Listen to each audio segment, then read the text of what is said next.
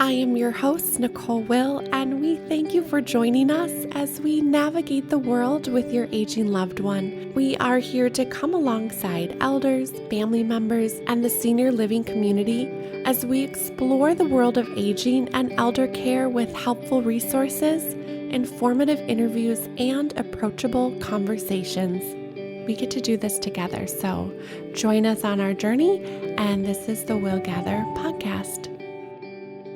We are facing considerable loneliness in our world right now, not only for our older adults, but our younger generation as well. And we're really searching for those meaningful connections. And how do we create connections and provide support systems for our older adults and support them in their health and their aging journey? Today, we shine a light on this amazing company that is bringing about positive change and impacting our world for good. In this episode, I have a meaningful conversation with Andrew Parker, founder and CEO of Papa. Papa pairs older adults and families with Papa Pals for companionship and assistance with everyday tasks. They also offer programs to health plans, providers, and consumers, and they've created this company with a goal to support older adults and their families throughout the aging journey. Andrew is a passionate and successful executive, and he brings his experience and wisdom to our conversation, and his love of older adults is really evident in this story and their mission. And how awesome that a company is created that everyone wins: older adults, families, employees, and we get to hear about their story. We talk about loneliness, those health disparities, social isolation, the impact of COVID, a call to our younger generation to serve and support others, and how meaningful those intergenerational connections can be. You don't want to miss it. Here's my conversation with Andrew Parker. Hi, Andrew. Thank you for being willing to visit with me. I so appreciate that. We were both led to our profession by the influence of our grandparents. Tell us about you, your grandfather, and what led you to create Papa. Sure. So I originally created Papa not as a business, but as a way to solve a personal need, which I think a lot of people in the aging space, end up doing. Obviously, I'm not that old myself, so I've not felt the direct impact. But my grandfather, who we called Papa, hence where our business name comes from, he needed help. He had early onset of dementia. He needed someone to drive him and help him and teach him and spend time with him and just be a friend. And so I thought it would be interesting to pair him with a young, fun, energetic college student. I thought was appropriate. Actually, I went for a nursing student, paired him with this young person named Andrea. She came from Venezuela about 5 years earlier. He came from Argentina to Miami 50 years earlier. And so I just thought it was a great pairing, connected the two of them. He didn't need bathing or toileting. He really needed a pal. And it was just almost like a miracle. My grandfather, who was kind of hard to deal with, overnight, was like, wow, looking at this person as just grandkid on demand, or as we call it now, family on demand. And it was just a big aha moment for me. I was running a health company called MD Live at the time as part of their sales and strategy division. And I just thought, like, wow, Papa really likes this. So I tested it out with like 10 other people, my neighbors, or anyone who would be willing to try it. And they all had the same reaction to my grandpa. Like, they loved it, the person. And so I thought, wow, this is a big idea. Obviously started looking into it more, and then realized that this is, my chance to leave my job and just go at it full time and, create Papa to connect older adults and families to Papa Pals. They bring such life when you pair that younger generation with an older adult. There's so much that can happen. The learning, there's like it's mutually beneficial. They can feed off of each other and enjoy that company and have so much conversation. Yeah, it's wildly powerful. I actually this morning in San Diego in the news was one of our pals on live TV talking about his personal experience, and it was not scripted. And he's 22 years old, and I don't think he's ever been on national TV before. And it's just so powerful to see, like, not only the impact it has on our members, but also on the pals. I mean, my grandpa had, going back to the original, he traveled like 100 countries. He's from Argentina. He spoke 6 languages. He had his own business. So I'm getting the chills thinking about it.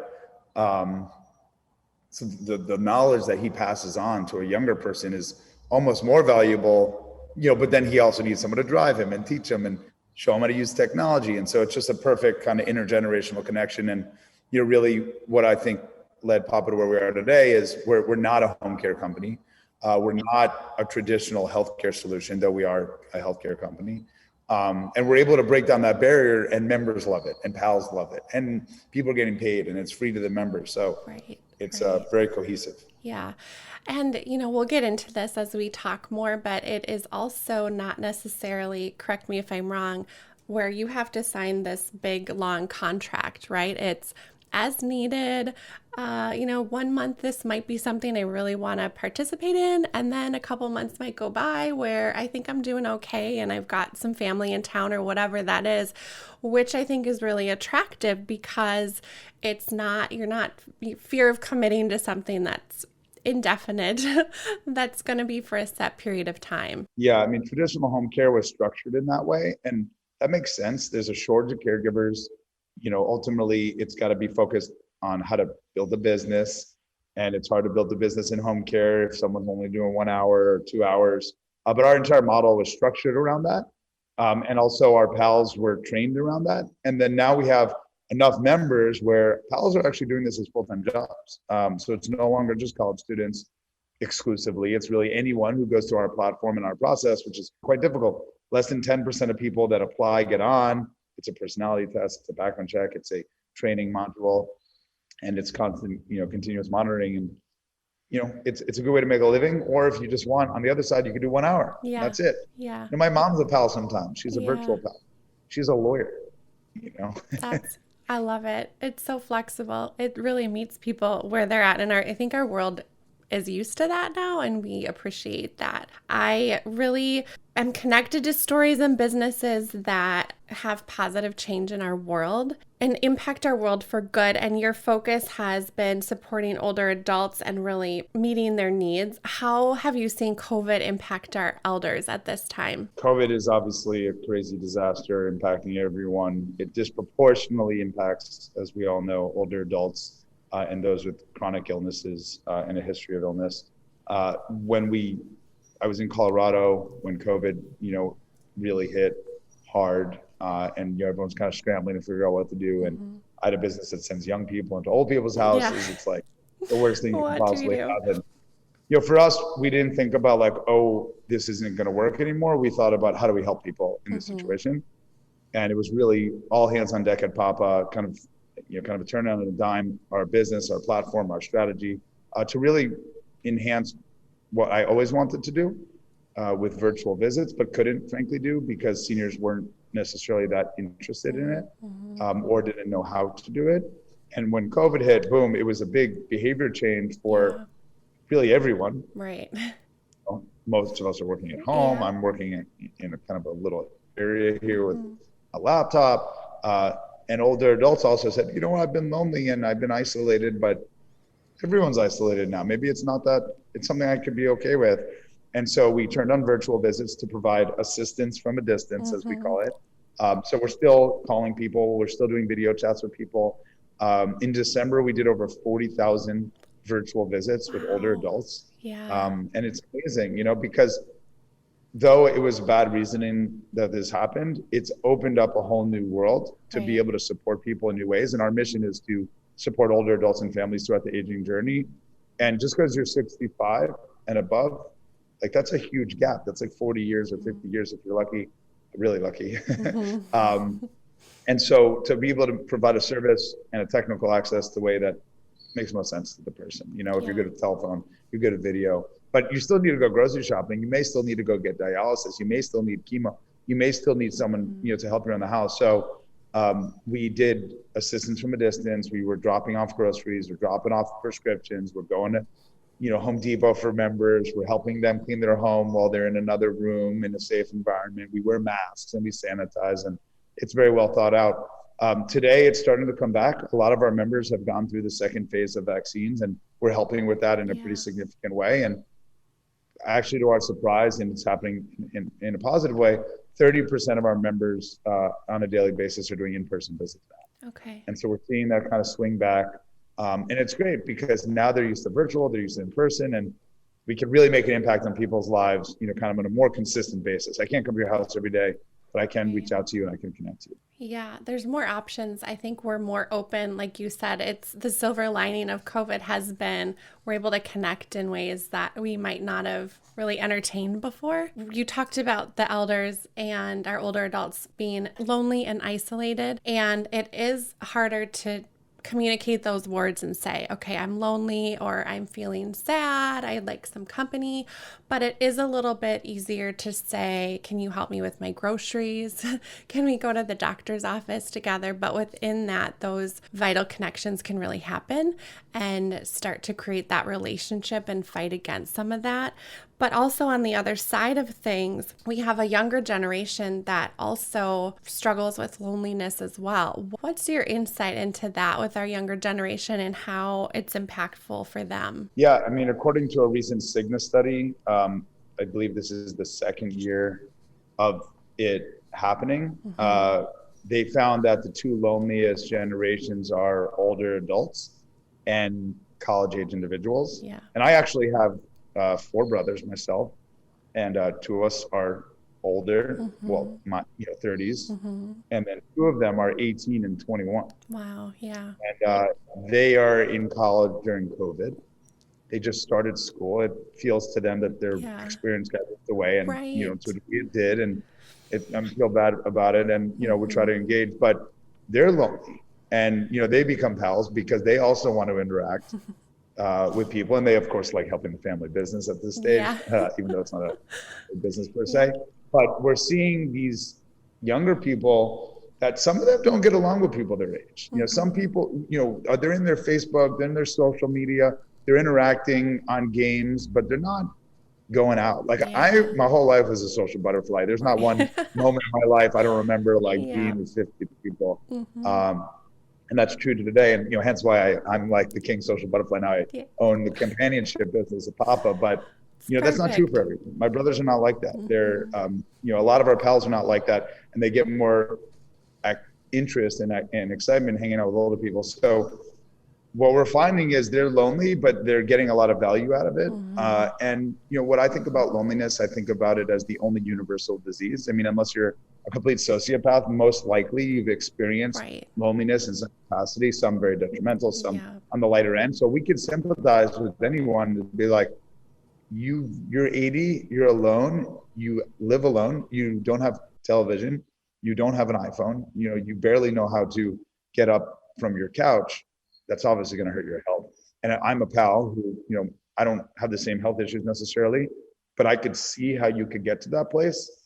It's so nice for them to come together and be like, wow, I'm here for you. And by the way, I'm also here for you Right. with the pal side. So kind of, back and forth. So anyway, that's how I think about it. And we actually have done studies mostly on members on the impact of loneliness and the cost reduction to the healthcare system.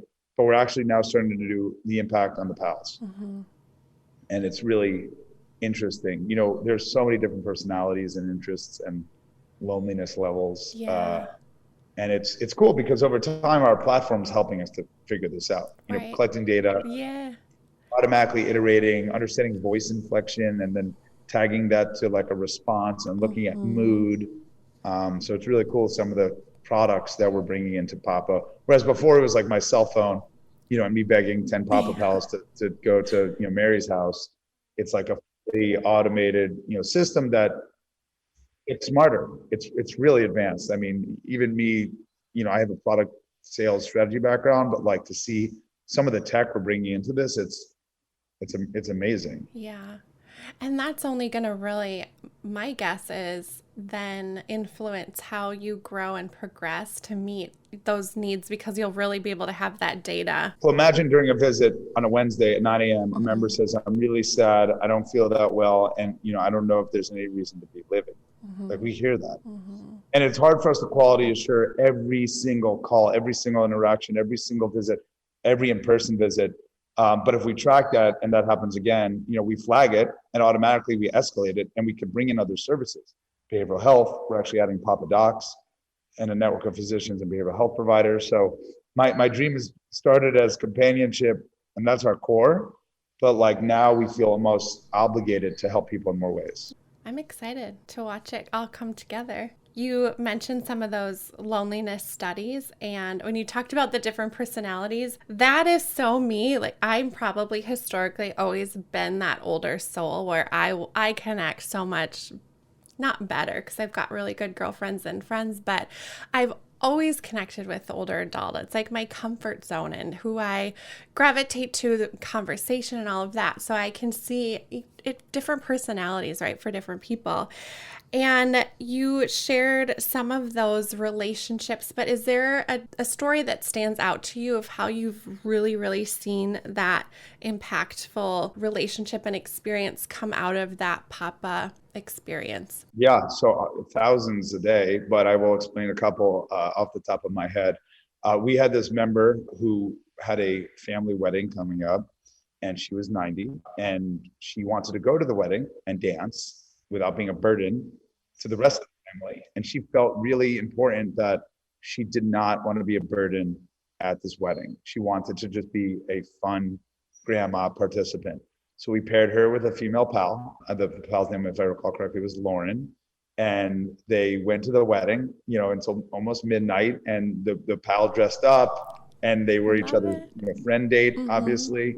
And I get the chills talking about these stories. I mean, it really is amazing. And they're still together today.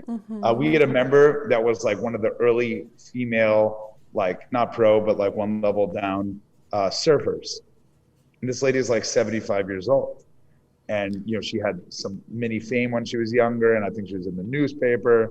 And, she's older. She couldn't walk that well. But she didn't have a chance to kind of like re-engage her younger spirit. So we paired her with a pal. And the woman lived like 5 miles from the beach. And her and the pal went to the beach. And they just dipped their feet in the sand, in the water. And they really, the older person was talking about her surfing career, and the pal, who's like young and like surfing, was like, this is so amazing, like this is who I want to be when I grow up. We had one kind of really funny story where we had a member and a pal. The member wanted to go bike riding, and he was pretty fine, but he had light dementia, meaning like sometimes he would be fluid and go in and out, but generally he was okay. They get on the bike, they're riding. We get a call from the daughter and says, my dad got home before the pal by 30 minutes, and she was freaking out. We're like, it is early days of Papa. I'm like, oh my God, we're so sorry. She goes, I failed to mention my dad won the Tour de France. No. Many years ago. And I'm like, your dad may have dementia, but those legs still cook. And she goes, do you have any? I'm like, so we don't need professional cyclist pals, but we have cycling pals. That's not like a breakdown, but we found pals that were good at cycling, and the next time they're able to keep up. But that was such a funny story. I'm like, that's amazing. We have the first paparazzi, the guy that like became famous, which I don't know if he's proud of that anymore, but like early on being a paparazzi, and he wanted a pal to take him around to take photos, and just endless stories. So great. But not always is it good. I mean, yeah. And when I say not good is we walk into a house and it's a disaster, or there's mold everywhere. Yeah. And the member has COPD or congestive heart failure, chronic heart and lung issues, and they're mold and they're coughing and they can't get in touch with the doctor. Yeah. And then the pal says, hey, how are you doing? Well, I'm not doing good. And here's why. So we tell the health plan who we partner with mostly, and then they bring in a cleaning unit. They bring in, mold support team. I forget the proper term. Because these things are going to kill the woman. And now they got in touch with a virtual primary care physician, which is a Papa doc. And so collectively, we're able to get this person into a better health status. Well, what it just really speaks to is how individualized it is, which is right in healthcare. That is the buzzword, so to speak. Okay, person-centered, right? Where we're trying to have it be individually focused. And that is exactly what happens when you can match up one person with another person and be able to say, what do you like to do? How can I meet you where you're at? How can we support you? And that can be surfing or bike riding, or that can be, let's address like a critical health issue. And so it just speaks to that individuality. Well, I had a couple of thoughts when you were talking. Is that one thought I had was the image on my podcast cover actually is of my grandmother, and she is all dressed up, and we're at a wedding actually. And so She wanted, and she took such pride in having her makeup done every day and wanted a really fancy outfit and loved dancing, wanting to be on that dance floor. I can totally relate to that. And the other thought I had is, I get older every day, right? If I'm dating myself, just turned big 40. Oh And my God. I still feel like I'm 22 half the time. So I talk to a lot of older adults that have that same thought. They'll look in the mirror and be like, I am really not 75. Like, I don't feel 75. I still want to be doing all the things that I love. And in our minds, I think, as no matter our age, there's a big part of us that still really feels youthful and can identify with that. And so being able to have someone help us bring that out a little bit that's priceless. Yeah, I mean, I think that's at the core of what we do. Just because you're older doesn't mean you're done. Right. And age is so interesting because you could be 75 and that could mean 100 different states in terms of athletic ability, health status, age kind of in the more colloquial term. And so we try to keep members youthful to best of our ability. And I think we're making an impact. And I know we are because we're studying it, not only the cost, but like, do you feel better? Are you happy? Do you feel cared for? What gives you energy? Are you getting those things that give you energy? And we're constantly figuring that out. Someone that, what gives you energy? I love going to the library. Well, when was the last time you went to the library? In a post-COVID, pre-COVID world, then, I barely left my room. Or I love going to the gym. Really? Oh, I was a bodybuilder. What? When's the last time you lifted a weight? Well, I'm like, I barely leave my house. Well, you want to do some chair exercises? So like, obviously not everyone's going to be the same level when they were 22 as 75 or 85 or 95. Some people may, but to at least give them that spirit, that's what you can't remove. If you crush the spirit, you crush the person. And that's really where things start to go downhill. Yeah, I agree with that so much. So, okay, if we're going to distill it down and talk logistics, how does someone become a part of the pop-up program? I'm going to kind of address a couple of things. So, if you could walk us through, if I want to be a pal and if I'm an older adult and I'm like, okay, this sounds really something helpful, or a family member, what does that look like? Sure. So, all starts with joinpapa.com or our 1-800 number or through your health plan. But just to start with the PALS part of it, the PALS go through an onboarding process and application. It's, an online application where they're doing a personality test. They're answering questions to quizzes and an assessment. They have to upload, photo ID, photos of their car, photos of or information on their VIN number. We do a social media scan, background check. So it's a little thorough. I like it. Pretty thorough. Only like 8 to 10% of PALs that apply get on. You don't have to be a college student. You could be a stay-at-home mom. You could be a stay-at-home dad. You could be just a person. There's no age requirement other than you have to be 18. Most of our PALs are about 29 years old and female. That's kind of where the demographic lies. And then once you get on, you go through a training. And once you pass that, you're able to do visits. Usually we start people off with a virtual visit to kind of ease them in. And then, through training, get them onto an in-person visit. Once you're there, you just take visits, you follow the instructions, you engage with your members, and you can earn money and points equal dollars, and it's very gamified and it's actually fun. So that's on the PAL side. On the member side, 95% of our members get this through their insurance carrier. So depends on who's your insurance and whether or not they've offered this to you as a benefit. Today, we're offering it to almost 1 million members. So it's a good amount of people. We want that to grow 3 to 5 times next year, if not more, and hope to help, obviously, and give a PAL to everyone at some point. We can support people through our consumer service. It's, on average, $22 an hour. Most people do it through their insurance because depending on their insurance, they may get 100 hours a year for free or 200 hours a year for free.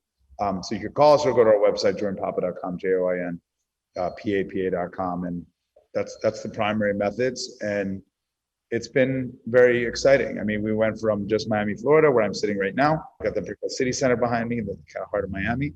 This is the new Papa office. We started in this area, and we're now national. So we're available in pretty much every market. If it's a rural market in the middle of nowhere, we still will help you, and we still can. It may not be today.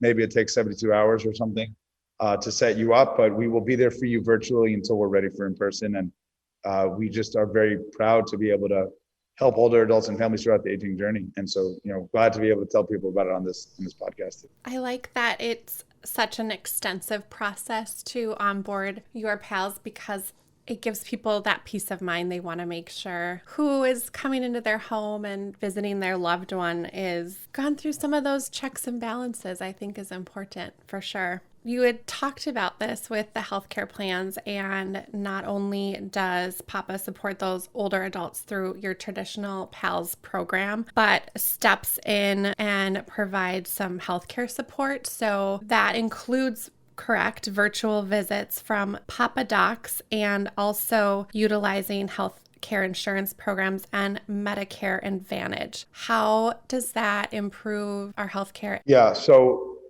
social determinants of health is kind of the big general topic. And what that really means is if you're lonely and isolated and don't have a car and don't have money and don't have food and don't have a house, bad things happen.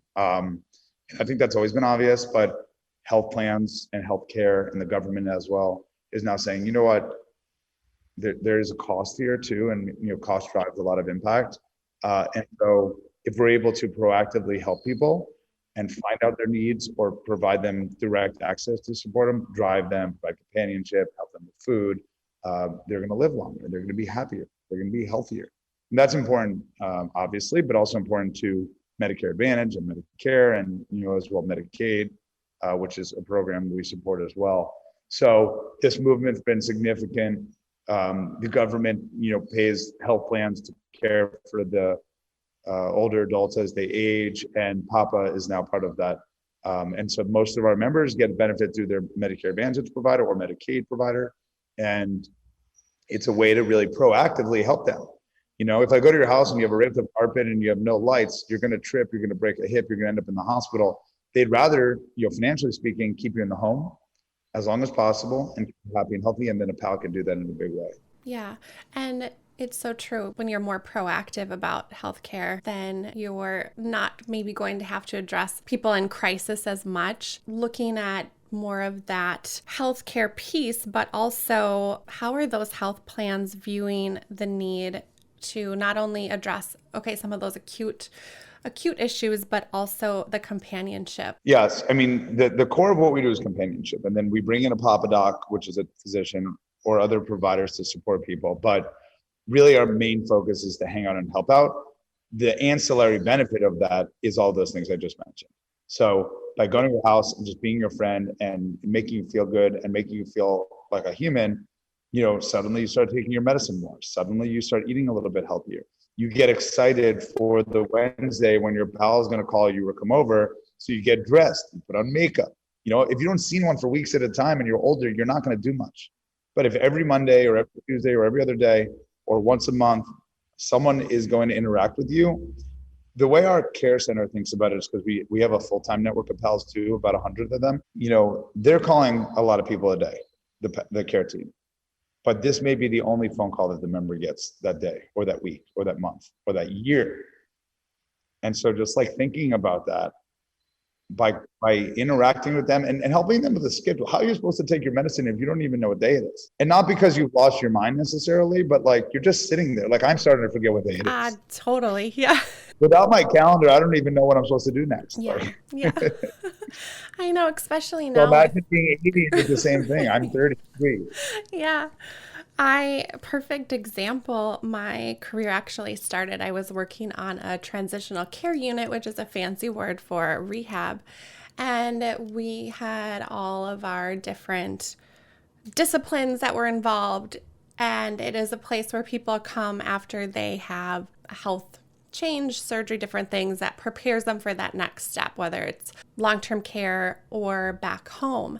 And there would be, in conversation with some of my patients, that part of their 911 call was because they wanted someone just to check in on them. And we have friends that are paramedics, and they were like, you would not believe how many times we go to people's homes because they just want to talk to somebody and they're missing out on that interaction. And so mitigating some of that, because that is a huge expense, but also there's such a better way to meet the need for our older adults that are in situations like that, where we're not involving an entire system that really needs to be available. And rightly so, you call 911 when needed, absolutely. But it was quite interesting to hear that that was a part of the piece of their stay, in their journey. Yeah, no, there was a hospital, I think in Texas, that had 5,700 visits that they marked by like 100 people. Yeah. In a year period. Yeah. And 99% of them it just needed to be around another person. Right. I mean, we're social creatures, obviously, Yeah. and everyone knows that. And, who would have thought like a loneliness problem would be like the biggest issue in healthcare, 10 years ago, or definitely not 20 years ago. And so I think it's kind of a nice thing to see the progress of how we think about like what it means to be a human and like a person and like alive, and, how that affects our health. So I always think about like when you start a company or a startup, it's 20% of it, if not more, is like right time. And so though Papa was a positive impact always, or would have been, without a lot of the movement that's happened in the world today, Papa wouldn't have worked 20 years ago. It just wouldn't. It's meant to be here, I think. And I also believe that we as a culture are having more of a conversation of our mental health. Whereas, how many years ago it wasn't something that was talked about as much. And so there's a social conversation that's happening. And part of that is really great because it's shining the light on some things that really need to be addressed. And we're able to identify that and say, okay, I'm going to connect this to this need, and this is actually what we're addressing, which is loneliness is a mental health issue. And so how do we do that effectively? If we're going to tie it back to, we want people to be a part of this vision and we want to help our older adults age successfully, and you mentioned this, right? We're human creatures. So there's something inside of us that really wants to help people. I personally believe we're born with that. We feel so much better. Like I would so much rather buy someone a gift than give a gift. Like I'd rather give a gift and buy that for them than receive it. But you want to give a gift in most situations. Yeah, Hey, buy exactly. you a gift, I'll like give you a Right, gift. yeah. Perfect, yes. I know, like I Me get too. more That's how I excited feel. about that. Yeah. I wear the same outfit every day, so I don't need anything. Yeah, totally.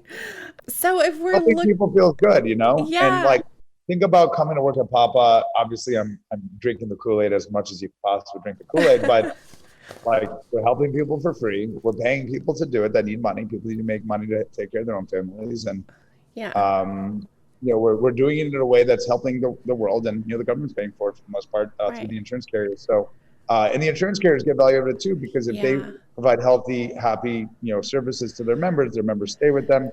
They get better star ratings, which is how they're measured, and they actually get bonus payments. So like, it's a very interesting business that truly by helping people, almost everyone's winning, Yeah. and the government's paying for it, and they're winning because it's less money than it would have been. So Yeah. You're it's like, very I just created the dream win-win. company. Yeah.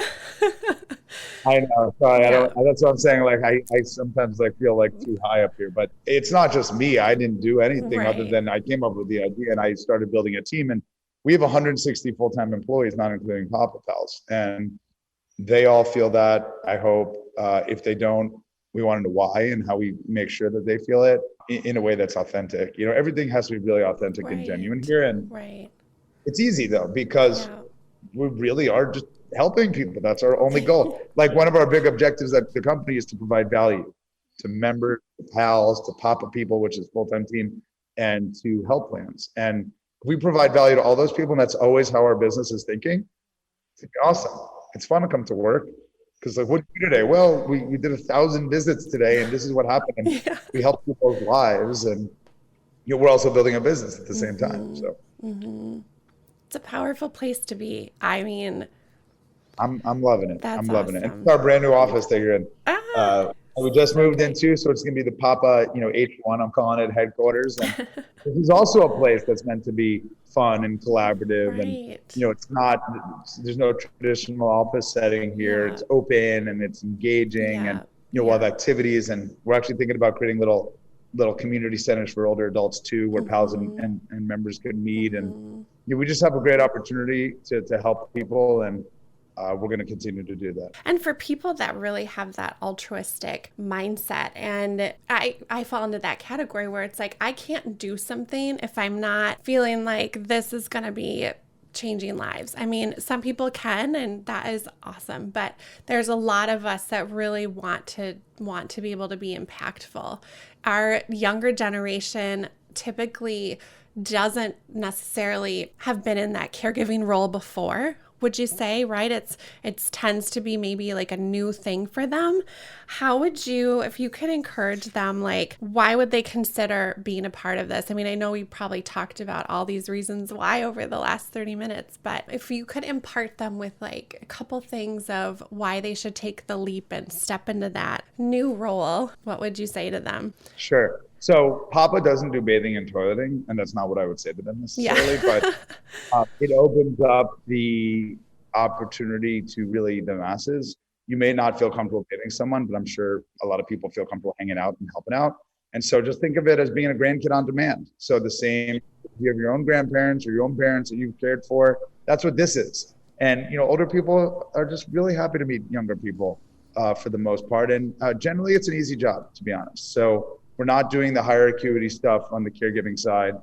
We're mostly, helping them drive them somewhere, helping them run a house, and you get paid for this. And it's very flexible. Yeah. And it's a good way to dip your toe in the water to understand, like, do I want to be a healthcare provider? Maybe I want to be a doctor. Maybe I don't. Yeah. And so it's not for everyone. There's a lot of self-selection. I talked about my 4 brothers. 2 of us, best Papa pals ever.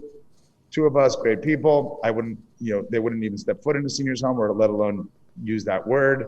It's just not for them. So if you have any interest whatsoever to help the world in a way that, give back to older people that give a lot to this country, give a lot to this world, and probably give a lot to their families, you'll be old one day. Don't forget that. Yeah. And hopefully someone's there to care for you, or hopefully you're youthful enough to care for yourself. But everyone can use a pal. Yeah. Every single person at any age group, and, be a pal to each other, and try to be a pal to the world. And one group of people that we haven't talked about a ton in this conversation is the family caregiver. So a lot of times I interact with people that are really responsible for overseeing their parent or their grandparent that is in the home. They're trying to have them age in place a little bit longer, or they've got their loved one, especially now with COVID, we're seeing it a lot, where they're living in their home with them. But they're also caring for their own children. They've got young children. They are still working. So it's another great example of that. Just because, okay, you might not fall into the category of an older adult that's living alone at home, but it can also be beneficial for a family that needs to add this resource as a part of their collective community of care, right? So some examples of that would be, I'm a family caregiver, but I want to go out with some friends and I need someone to spend time with my loved one. Would you agree with that? Is that how that could come into play? So we would call that, traditionally respite care. Yep. And in fact, as I'm sitting here, I'm getting messages from the team about a new program that we just launched. We have always wanted to offer Papa as an employer benefit, which is really catered towards that sandwich generation. Someone like you, who you may have kids, or me, by the way, may have kids and a parent and are kind of stuck in the middle, helping the mom, helping the baby. And it's hard.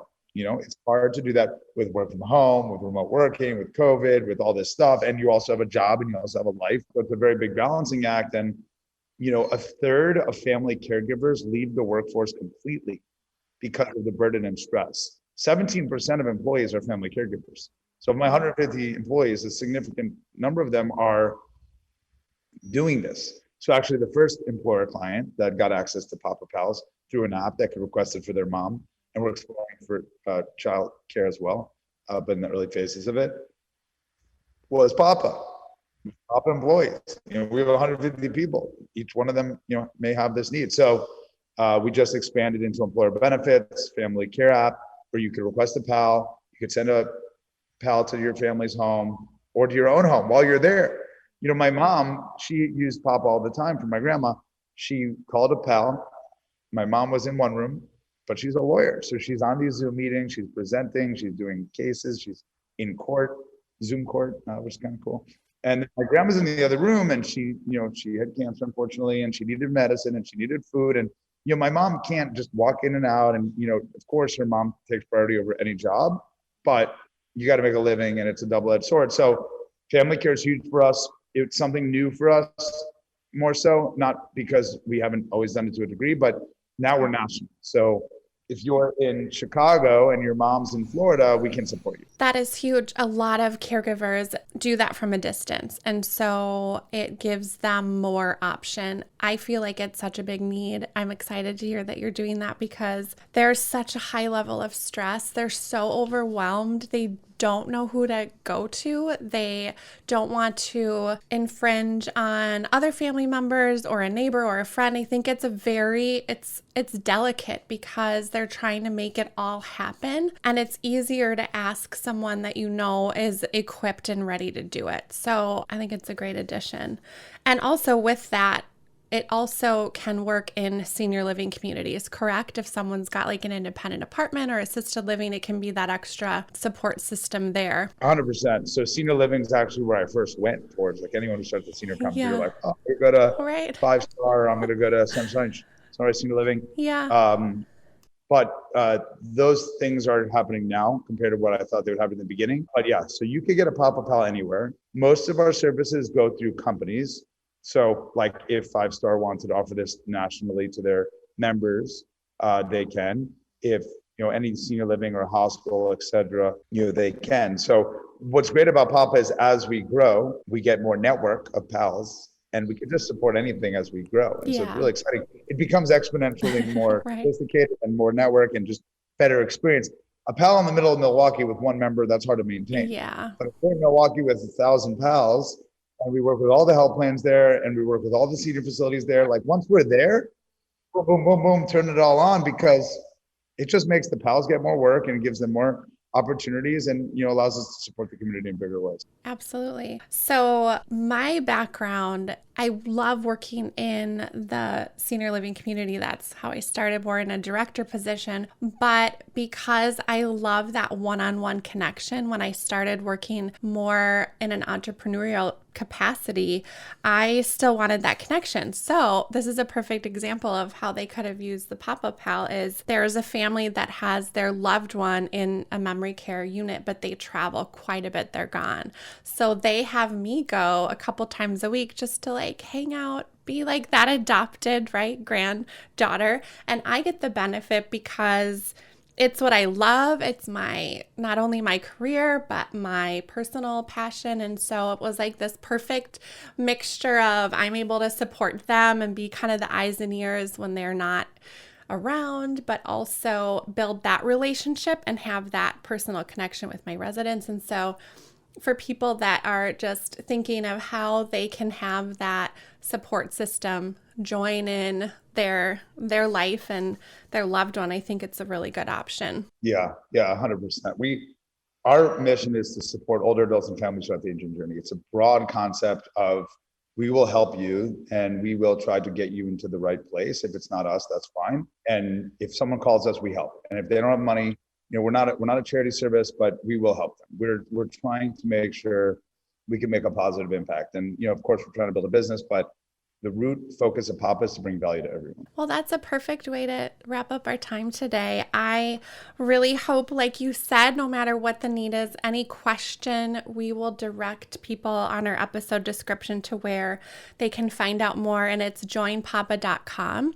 So any questions and information, and we are super supportive of you, and I wish you all the best in everything that you guys decide to do. Thank you so much for having me. Thank you for listening today. If you enjoyed our episode, please subscribe and give us 5 stars. In all honesty, we'd love to hear from you. Thank you so much for listening to our episode.